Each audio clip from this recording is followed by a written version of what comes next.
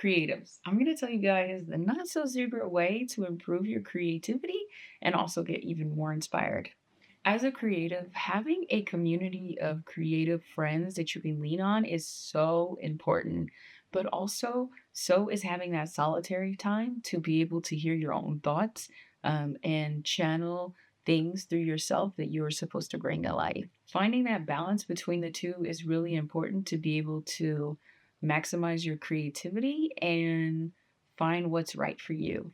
We've all been there where, we feel like an outsider or we feel like a weirdo.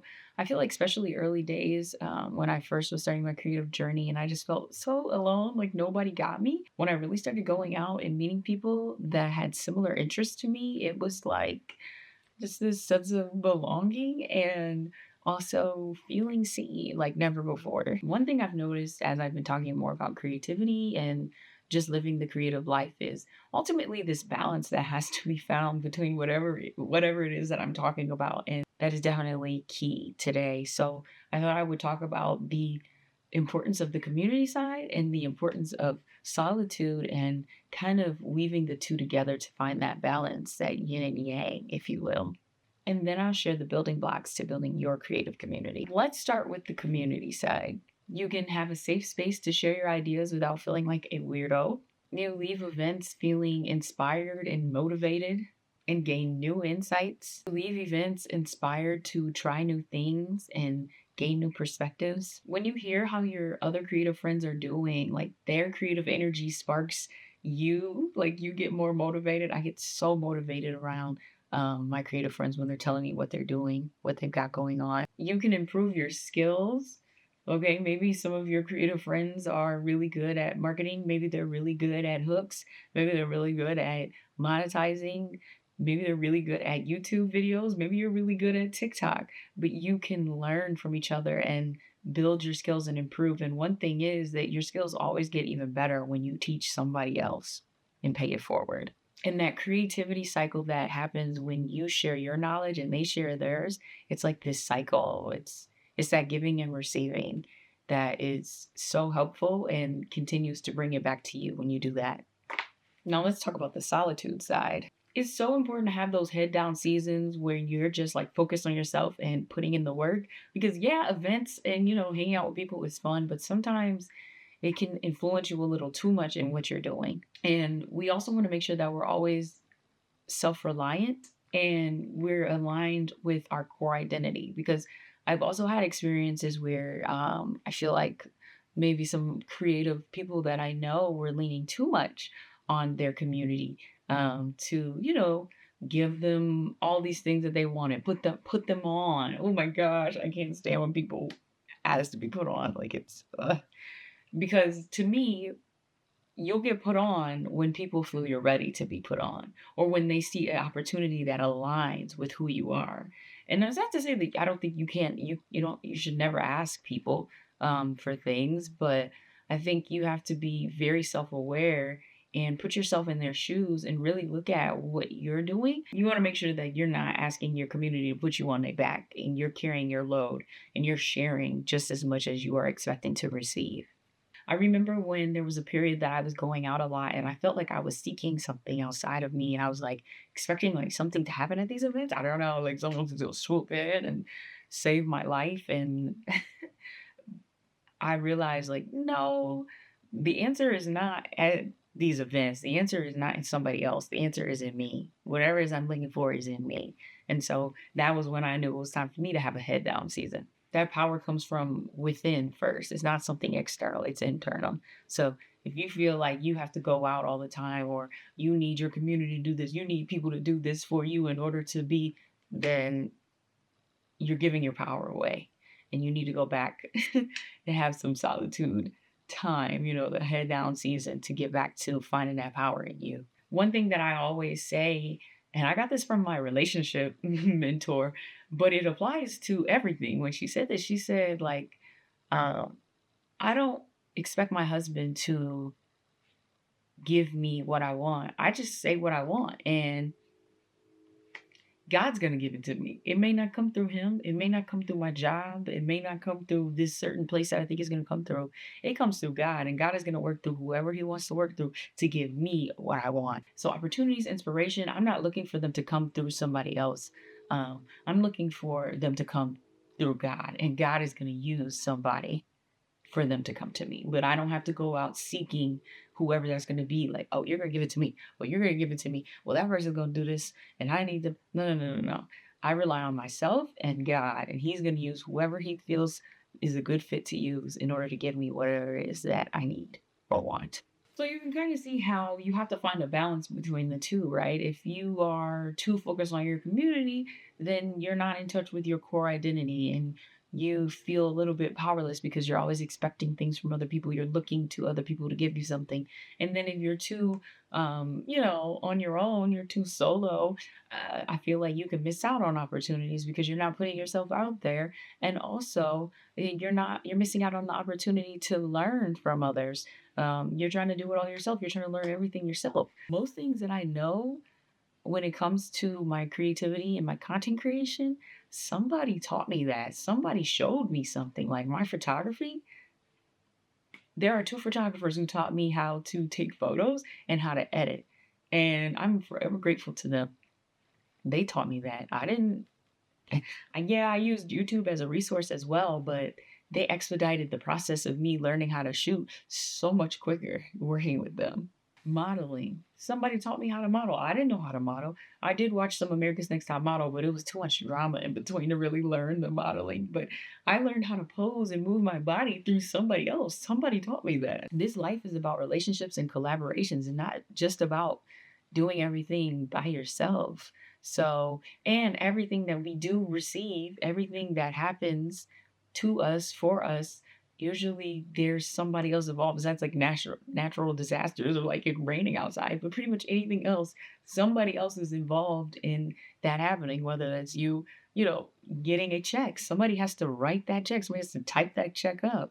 Um, you getting a new client, like somebody has to decide they want to book you. People following you, somebody has to follow you. There's always people involved. So it's really important to learn how to navigate those relationships and build them and use them to your advantage without taking advantage of others. All right, here is the building blocks that I have used to build my creative community that I can lean on. First of all, attend networking events regularly. I try to go to networking events probably every other week. I live in Detroit, and so it's a bigger city. I live right near the action. So there's always something pretty much going on. And I have a rule actually that I'll tell you guys here when it comes to going to events, because at one point I was, like I told you guys earlier, that I always wanted to be in the mix and I always felt like I needed to be there. So I made a kind of pact with God and I said, God, if I'm meant to be somewhere, there's something for me there. Either I will be personally invited, I will be paid to attend, or I will just feel really excited and led to go. It's not going to be an anxious feeling. It's not going to be all like, oh, no, it's going to be one of those three. Either I am personally invited, paid, or I feel just excited to go. And since I implemented that when it comes to networking events, I'd say it averages out to every other week that I go to something. And sometimes some weeks I have a lot of events. Like last week I had a ton of events to go to. That's kind of my rule to attending events. And I will tell you that I've gained clients that way. Like literally signed a 12-month contract from just an excitement to go to an event. Number two, connect, ask questions, and share your story. I'm pretty good at this. I used to be a sales account manager, so this is a skill I had to have, was being able to connect and meet people and ask questions.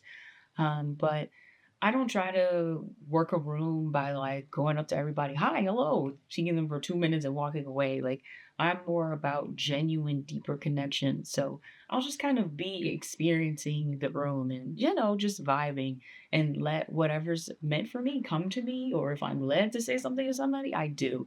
And that's when I had the most genuine, deep connections with people.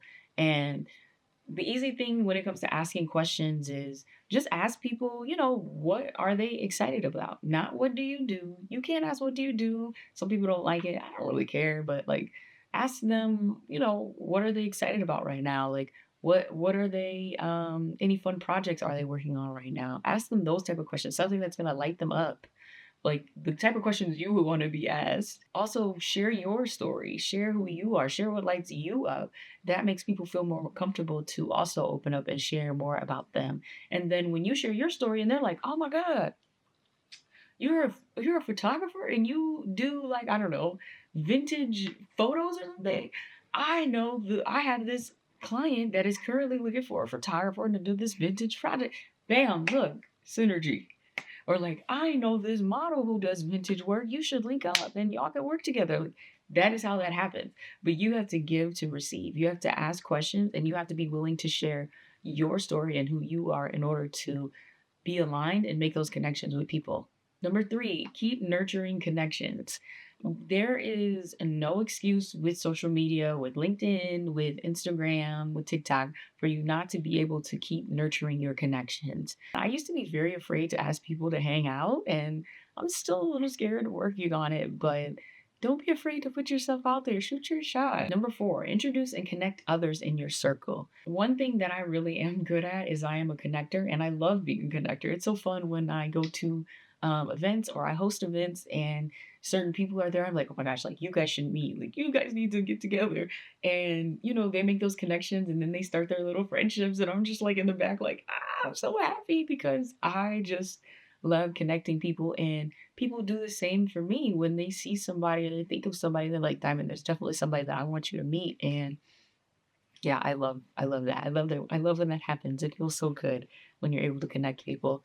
That's also in my human design chart. So I'm not surprised that that's like what I do. Number five, have your head down seasons when it's time. Don't be afraid to have a head down season. Do not be afraid of going ghost and be respectful. I'm not saying like, completely ignore people, but don't be afraid to have those head down seasons when you're just like out the way for a minute. Because sometimes you need those to come back to who you are and get realigned with where you're supposed to be going. Number six, give knowledge to receive more. And you should just give knowledge because you want to. Like, I feel like as a creator, usually we have something that we want to get out to the world. There's something that you want to share.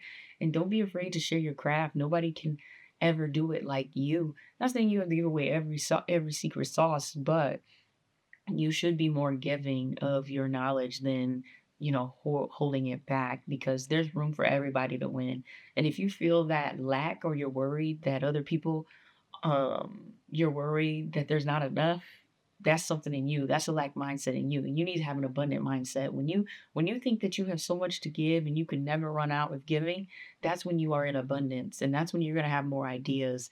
And that's when you're gonna have better creations, because you are operating from a place of abundance, not from a place of lack, and you are just giving.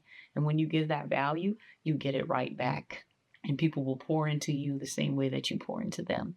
That is the framework. Remember to get out there, share, connect with others, and just have a really good time building a community of creators that you can be yourself with and that help you become the best creative version of you.